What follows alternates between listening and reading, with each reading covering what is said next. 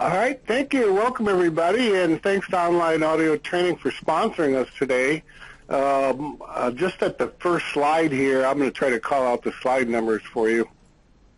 You'll see my phone number and one of my email addresses. If you have questions after the webinar, please feel free to give me a call, and I'll be happy to chat with you. Okay, slide 2. What's for dinner? You know, that's something we have to wonder about with some of this food fraud stuff going on. It's pretty pervasive, too. I'm going to show you a little bit of data in a while. You get an idea of all the snaky tricks different companies have, you know, to try to figure out how to get your money without them paying too much themselves. All right, slide 3, just a little introduction to us. Quality and food safety. I do webinars under this name. As well as different kinds of audits. We do a lot of planning for people and help train them, usually on site.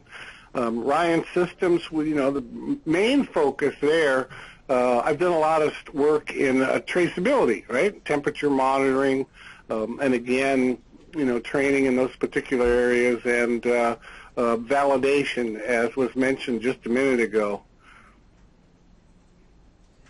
On slide 3, you know, one of our big efforts has to do with the transportation sector. One of the problems is that the feds have passed the rules on the sanitary transportation of human and animal foods, and you know, that's like the bloodstream, right? That goes through the body, the trucks and the trains and the planes that carry the food, and a lot of times they're ignored. But the new rules, the FDA FSMA rules, have established requirements for sanitation and temperature control of food during transportation operations. So we do a lot of training in that area. You can see I have a couple books, you know, down there: Quality and Food Safety and Quality During Transportation, Control Standards and Practices, as well as you know, helping companies to get over the barriers. You know, a lot of trucking companies, carriers, just are not familiar with food safety. They haven't been involved in a long time, while most other companies really have been hammered, you know, to have audits and all that kind of stuff. And so, but the carriers, you know, they've kind of been left out there on their own. Now they're hit with, you know, some of these new rules.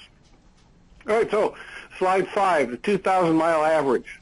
Here's some data for you. If you open your refrigerator, if you're in the U.S. today, and you look at the food in there, on average, your food's traveled over 2,000 miles to get into your refrigerator. That's a big switch from the old days. So that means it comes in from a lot of different countries. It goes through a lot of different processes, and it gives a lot of opportunity for things to happen to it or for people to do things to it. But if you notice the second paragraph, vicarious liability, that means that when you hire a supplier or buy food from someone, and you can no longer just point your finger and say, well, that dirty rat, you know, sent me food, that's a problem, because you hired them. And now that vicarious liability goes beyond just product liability, and it says that since you hired them, you're also responsible. So it gets a little bit shared.